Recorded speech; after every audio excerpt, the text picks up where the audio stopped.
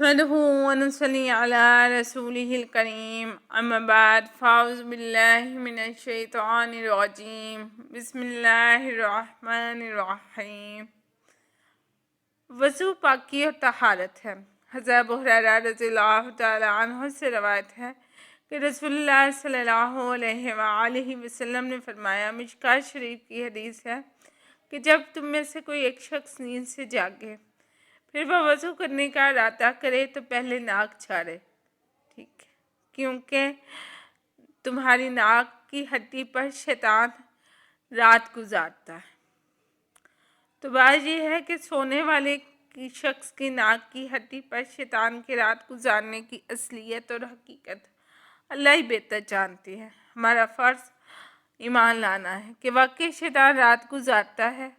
کچھ اس سے نہ سمجھ آتی ہے کہ سونے کی حالت میں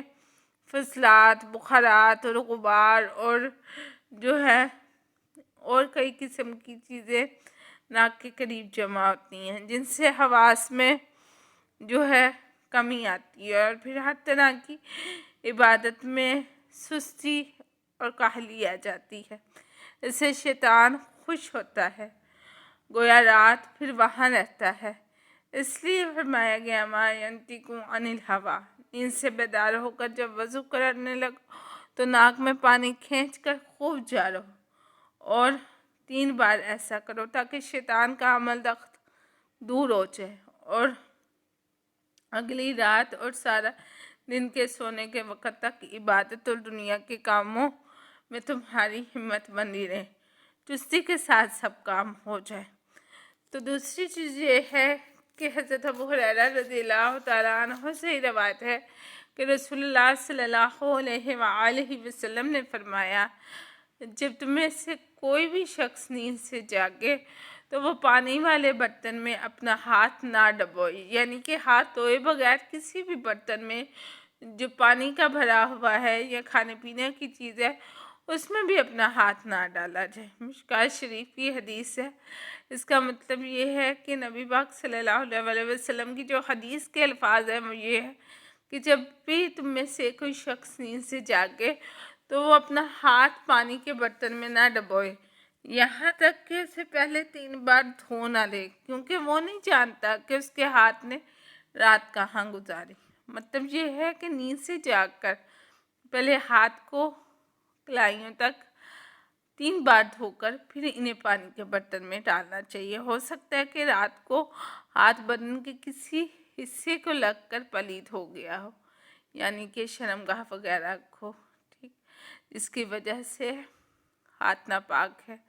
تو طہارت اور پاکیزگی کی اسلام میں بہت اعلیٰ تعلیم دی گئی ہے۔ پھر یہ ہے کہ وضو کس طرح کرنا چاہیے۔ رسول اکرم صلی اللہ علیہ وآلہ وسلم جس طرح وضو کرتے تھے ہمیں خیر اسی طرح ہی وضو کرنا چاہیے۔ رسول اللہ صلی اللہ علیہ وآلہ وسلم کا وضو یہ تھا کہ آپ وضو شروع کرنے سے پہلے اللہ کا نام لیتے تھے۔ ترمذی میں حدیث ہے، لا وضوء لمن لم یذکر اسم اللہ علیہ، جو وضو کے شروع میں اللہ کا نام نہیں لیتا اس کا وضو پورا نہیں ہوتا۔ اللہ کا نام لینے سے مراد بسم اللہ پڑھے، خالی بسم اللہ کے الفاظ ہیں، بسم اللہ الرحمن الرحیم نہیں ہے۔ پھر دونوں ہاتھ کلائیوں تک دھوئے، دائیں ہاتھ سے 3 دفعہ کلی کرے اور اپنے دانت وغیرہ اچھی طرح اس میں غرار کرے، پھر 3 دفعہ ناک میں پانی چڑھائے اور اس کو صاف کرے، پھر 3 دفعہ چہرہ دھوئے، پیشانی سے تھوڑی اور ایک کان سے دوسری کان کی لو تک، اور مرد حضرات ہیں تو داڑھی کا خلال کرے، پھر دایاں بازو کوہنی تک 3 مرتبہ خوب اچھے سے کہ کوئی جگہ خشک نہ رہے، اور پھر بایاں بازو 3 دفعہ کوہنی تک اسی طرح جس طرح دایاں بازو دھویا، اور پھر دونوں ہاتھوں کی انگلیاں گیلا کر کے پیشانی سے مسح کو شروع کرے اور گدی تک دے جائے، اور گدی سے شروع کرے تو وہاں پر گدی سے دوبارہ وہاں تک لے آئے جہاں سے مسح شروع کیا تھا، یعنی سر کا مسح کر، اور پھر کانوں کا مسح کرے، انگلیوں کو گیلا کر کے